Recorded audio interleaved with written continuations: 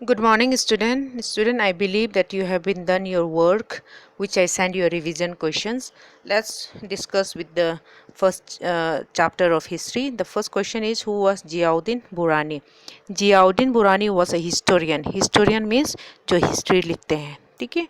Now Ziauddin Burani was the historian of 14th century during the Delhi Sultanate. Okay, and he was the one who wrote the chronicle मतलब जो history हम date wise incident wise लिखते हैं उसको हम बोलते हैं chronicles. तो 1356 में उसने फर्स्ट क्रॉनिकल लिखा है, सेकंड क्रॉनिकल दोबारा 1358 में लिखा, ठीक है ना। उसी समय में दिल्ली सुल्तानेट में कौन कौन थे? Who was the sultanate? Ziauddin Tughlaq, Mohammad Tughlaq and Firoz Tughlaq, ये लोग थे जो जियाउद्दीन के समय में सुल्तान। Okay, now next was archives was place where dash are kept. क्या रखा जाते थे आर्चीव में? क्या रखे जाते हैं? मैन्युस्क्रिप्ट। मैन्युस्क्रिप्ट मीन्स जो ऑफिशियल रिकॉर्ड जो हाथ से लिखा जाता है, ठीक है। Archives are the place where manuscripts are kept. Okay, third, whole life of Rajput was devoted to war. War मतलब युद्ध, राइट। तो हमने देखा इसी चैप्टर में सोशल ग्रुप में राजपूत, फॉरेस्ट ड्वेलर एंड जातिस, राइट। उन तीनों में से ये राजपूत जो उनका पूरा जीवन किस पे समर्पित थे? War. Okay, the next question is Persian wheels are used for agriculture. Agriculture मतलब खेती, राइट, खेती। सो पर्शियन व्हील से हमने देखा कि कैसा वो फॉर एग्जांपल वेल से पानी निकल के दूसरे साइड में फेंकते थे, जिससे इरिगेशन में काफ़ी हेल्प होते थे, राइट। जो पर्शियन व्हील से क्या में यूज़ किया जाते थे? Agriculture. Second, right the sources of ancient record. Ancient record मतलब जो एंशियंट हिस्ट्री के बारे में हम कहाँ से सोर्सेस कहाँ से हमें इंफॉर्मेशन मिलते हैं? Basically two sources, that is archaeological sources and literary sources. Archaeological sources में inscription, manuscript and coin. Inscription for example class 6 में हमने अशोका दमा पढ़े थे, राइट। अशोका दमा का वो कहाँ पे लिखा हुआ था? पिलर में, right. So the any written record which we found on the pillar, which we found on the wall is known as a inscription. Then manuscript already बता चुका है। देन कॉइन मतलब सिक्का जहाँ पे मोहर लगा हुआ होता है, right. So these are the archaeological source. Second is literary source. Literary source में for example travelers account. India में बहुत सारे ऐसा लोग दूसरे देशों से आते थे, राइट।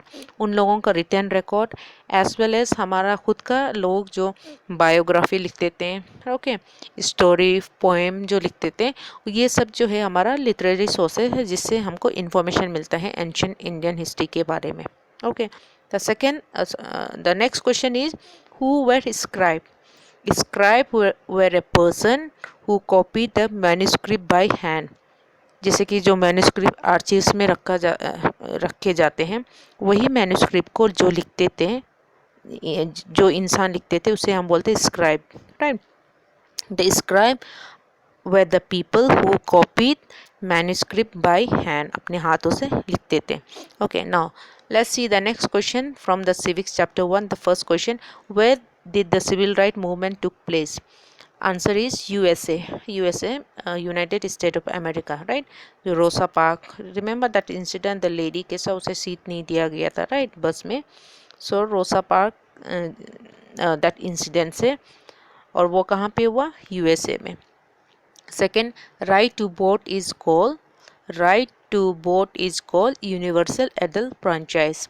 जो 18 इयर्स और 18 इयर्स के अबव के लोगों को वोट कास्टिंग करने का अधिकार दिया जाता है, उसे हम बोलते हैं universal adult franchise. Okay, third is what do you understand a term democracy? ये डेमोक्रेसी वर्ड जो है दो वर्ड से बना हुआ है। Demo, DEMO, demo means people, cracy means power. So democracy means दो शब्द से बना हुआ है, डेमो पीपल एंड पावर।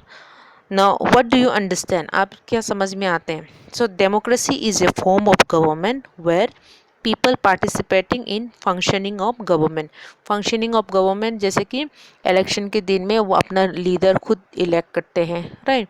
और फिर हमने देखा कि अगर वही गवर्नमेंट अगर अच्छे से काम नहीं करते हैं तो लोग क्या करते हैं, उसके खिलाफ आवाज़ भी उठा सकते हैं, प्रोटेस्ट भी कर सकते हैं, right. So this is a form of government where people participate in functioning of government.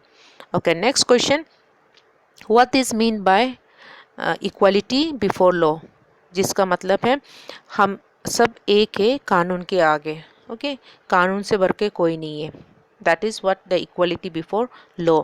Supremacy of law और people are subjected to law, सब जो है, हर इंसान जो है कानून के अंदर है, कानून से अबव नहीं है, कानून से बड़ा नहीं है। देखिए, लॉ से बड़ा नहीं है, हर एक जो है लॉ के अंदर में है, लॉ के सब्जेक्टेड में है, ठीक है। Now question number 5, what are the common thing you find in story of Om Prakash Valmiki, Ansari and Rosa park.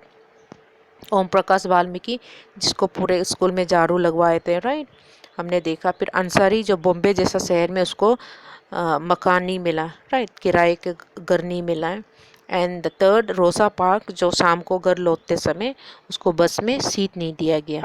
तो इस स्टोरी में, तीनों स्टोरी में क्या चीज़ आपको कॉमन देखने को मिलते हैं, that is discrimination. The answer is discrimination. Discrimination मतलब भेदभाव, राइट।